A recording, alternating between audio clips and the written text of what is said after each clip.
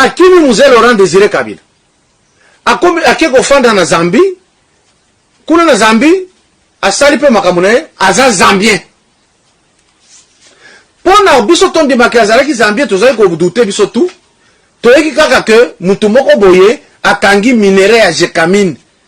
Et kolekate parce que alobi Jekamine aza nyongo na ngai. Il faut afuta. Jekamine akeko tala katumba mwanke. Soka zalaki awande a témoigner. Mwenze Kongolo po azobela yaya na biso wana. Il était là. Bako makuna Moïse Katumbi. Ah. Mais on ndeko na biso Congolais oyo. Habité na Zambien. Ba konzi ya Zambie balobi aza Zambien bo futa ye. Yango to kangi minere na bino. Ba futa Moïse.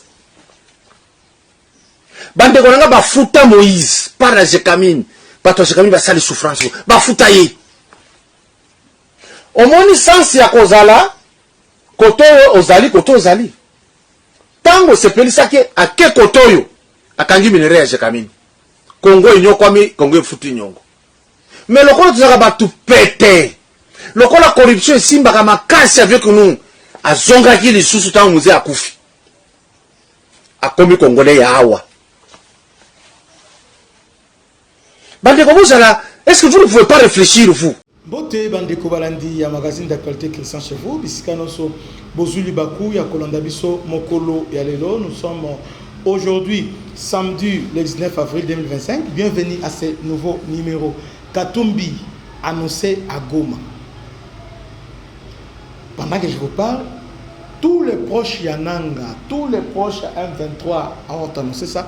Katumbi annoncé demain lobby Katumbi arrive na Goma. Finalement, comme nous avons dit que Timbeli, Babimiskoyo n'empoisa. Katumbi Kimi Awa pour na Mulonde. Tout ça qui émission pour vous dire que non, Mulonde c'était Katumbi. Hein? C'était Katumbi, lui Katumbi. Ndé Azaki na base, Azo préparé, Azo réhabilité aérodrome. Pour na M23 bakota na Grand Katanga au travers la Zambie. Donc Zambie va préparer opération na ndenge nini. Bango monde les autres va préparer basali ba cas d'entraînement kuna avec des Rwandais là-bas. Bakosala opération moko baiga directement bakiti avec des militaires basali parce qu'on est à Zamba. Et avec mon canabiso, il y a un qui est ravitaillement, il y a un retard. Mais heureusement, lorsque le gouvernement apprend dans nous, Katumbi a fui nuitamment, soi-disant à Kenakaf, depuis à Kenda, après tu apprends, il a commis exilé politique. Pourtant, les gens nous ont incité ici pour dire non, à Ozonga, Katumbi à Ozonga, il va rentrer. Et aujourd'hui, Katumbi Azawad. Les lots Katumbi Azawad. Dans la rébellion. Aujourd'hui, tout le monde proche de Katumbi sont avec la M23. Maintenant, aujourd'hui, pourquoi il va à Goma? Katumbi, d'abord, c'est un point mouche. Katumbi, lorsque Félix a pris le pouvoir avec Avenema Lamouka, les gens ont dit que Katumbi c'était le charmant, le puissant, le populaire, tout ça.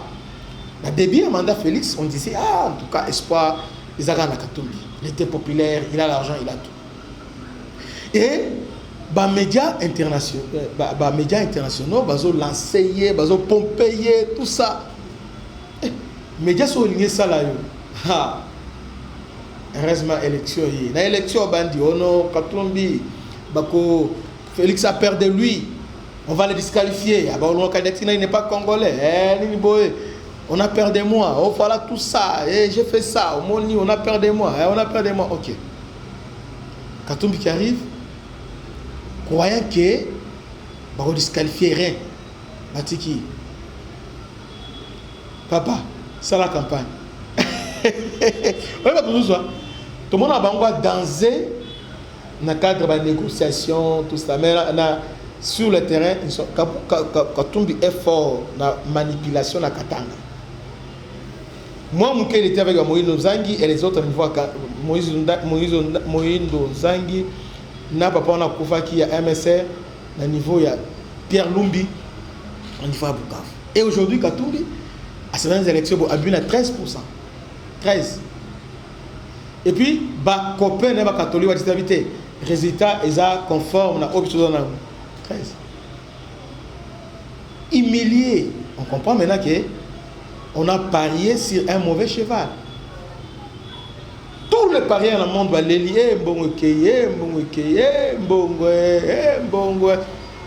Avant de baluka baluka amulu na usala nini aluka sikoyo rebellion nde basangani obi bosangani mususu na temps normal ekosala matin wera JB en plein succès yo sangisa bango boshaba este ça mais simbate en plein succès mais wera maintenant o asila na JB asila bakosangana wana kutu eza mambo moté ata 10 000 ata au 20 000 dollars au 500 bango au bengi awera bengi JB a tolia un restaurant 10 000 au sangana parce que ba soko bazalaité zo oze quoi na kofi basangana oze ko sepela kwa sangana et bien c'est bango eza élément moko o sangisa bango eza nini basili bazana succès bazana eloko te ils n'ont rien oh asili OP asili okutani donc dénominateur commun Katumbi et Kabila. Katumbi qui perd le pouvoir et Kabila qui l'acquise de Juda, les deux grands ennemis, et Mouteba qui vient, il faut réconcilier. Oh, réconcilier les ennemis. Et ça, réconciliation, il y a Pilate, na Hérode. Lorsqu'on a arrêté Jésus, bah, Sangani, ce ne sont pas des amis.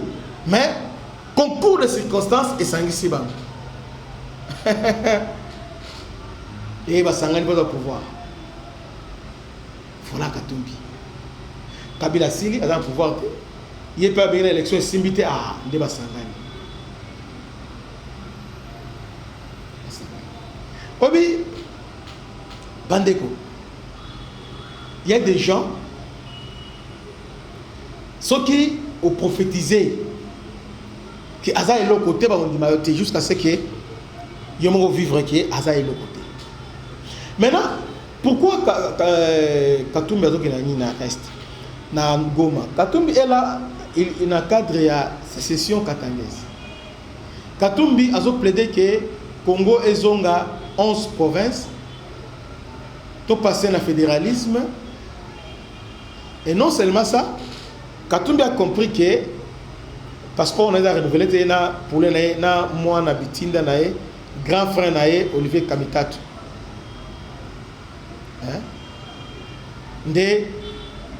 Ils ont compris que, comme les Américains maintenant, tourner les dos. Parce que Katumbi reste américain, tout ça. Alors, on va placer. Mais, le gouvernement américain lobby, lobbying soutient tout sur le labo. Maintenant, à perdre. D'accord, ce qu'on bat, à ici, la rébellion, pour la négociation à quota. Abangité, Abimi.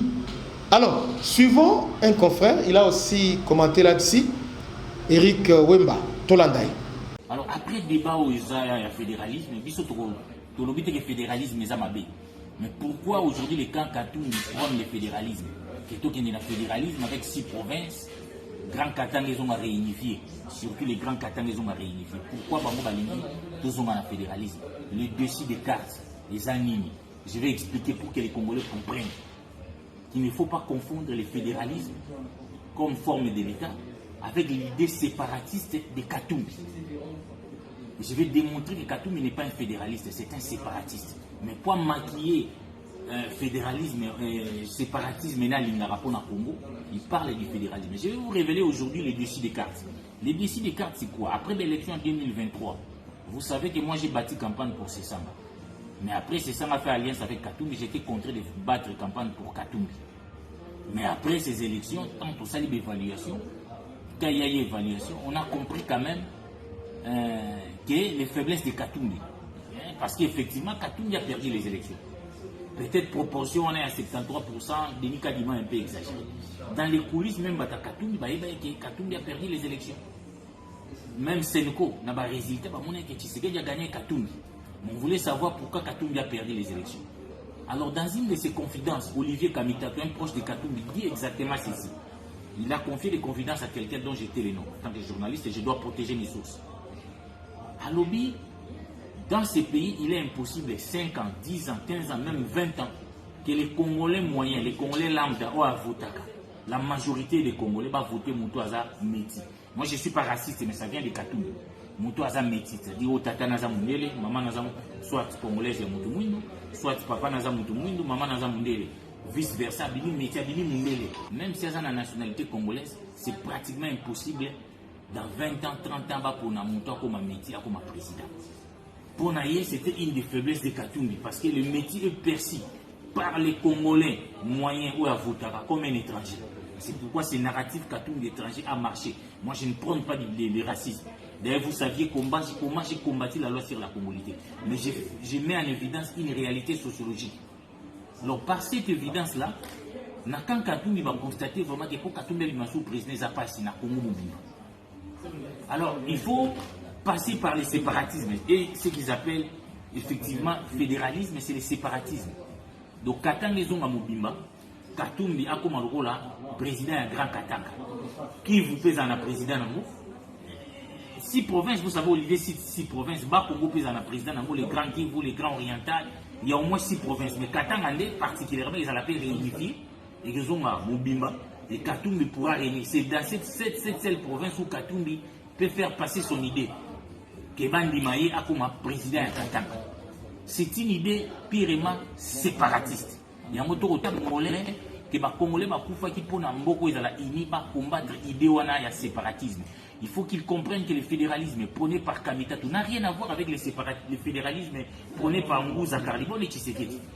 Où il y a Bangou et le séparatisme. Et les Congolais ne devaient jamais oublier. Ils ne devaient jamais oublier quand Katumbi était gouverneur à Katanga. Alingaka doit mesure Moko Boy pour na Katanga faut muto doit visa. Donc pour les gens qui ont fréquenté Katumbi, ils savent vraiment que c'est un séparatiste. Yango tout ce qui n'a pas congolais pas de wana. Rêve il y a Katumbi il a réalisé exploit à Tchombe, même Tchombe est revenu au Grand Congo. Après que ça le mouvement sécessionniste na Souka Tchomba la sécessionniste il est revenu au Grand Congo. Alors l'idée de Moïse Katumbi, il y a séparatisme et on est côté na Congo Katanga comment déjà à manifester qu'on a l'obité dans qui gouverner. Comment a déjà une idée pour côté na Katanga faut en visa. C'est que quand Katumbi aujourd'hui c'est le séparatisme, ce n'est pas le fédéralisme. Hein? Et j'ai dit tantôt donc bateau c'est vraiment un séparatiste. Il y a moto liko mobiliser les Congolais, ba militer contre les locaux on a séparatisme et il y a na Congo. Parce que même quand on va venir bazolo fédéralisme, mais n'a rappelé qu'il y a moi, bino bolingi fédéralisme. Ça veut dire aux hommes fédéralisme, il faut pas changer constitution. Bino bolobi que Tshisekedi a connu pour changer constitution. Bisonio sont tous allés na balabala pour combattre les changements de la constitution prônés par les Tshisekedi. Mais bolobi tout le fédéralisme. Pour ça, le fédéralisme, mais ça parmi les autres faire partie de la disposition où il y a beaucoup de simbate, où il y a beaucoup de changer. Donc bolingi changement de la constitution. Alors tout le monde, tout le Bundi, Boussangani, tout le monde qui Kabila, Koutena Katumbi, Bouzaï contre la constitution, ce n'était qu'un prétexte. Bolandi. Donc Katumbi est attendu, lobby na Goma. Donc guerre où il y a un aspect positif dans nos amis et permettre de comprendre les traîtres qui sont avec nous et qui ne sont pas avec nous. Batuna Olengankoy sur la campagne 2006 la campagne. Olenga yatabona soso aotsankou aloué ba mitukayo ka belé mais yemo ko lokola la coste na podium. Est-ce que moi la coste na podium est-ce que ça va? Balobi ça ne va pas. Olenga ko yosa là. Soso ka boya. Na chango. Bakatumbi lelo. Ba komon. Ba sila depuis kala aza elo côté à part na milieu na Katanga. Et puis Katanga ngo ezalo la bate eza ba malemba nkulu kuna nde bisika ifala kini. Ouais. Na ba likasi kota za makasi. Mais le reste on a une popularité. Tu comprends maintenant que ces gens-là, et puis surtout les gens qui ne sont pas congolais à 100%. Bakamitatu, Bakatumbi, Katumbi d'abord il n'est pas même congolais. Sa mère zambienne et son père gréco, latino, juif. Bon. Aujourd'hui, l'autre là, son mentor Kabila, lui-même, des pères et des mères de l'autre côté là. Vous voyez? Donc, nous les Congolais, des pères et des mères, nous devons être fiers et nous devons défendre notre patrie contre les gens comme Moïse Katumbi. Bolandi, dans la vidéo, il y a député mon corps d'arriver à notre fierté ensemble pour le changement. Boyoka, message à l'Ansaki. Dengue à l'obéla yabakamou. Mais, après vidéo. Que Dieu vous bénisse. À la prochaine. Ciao.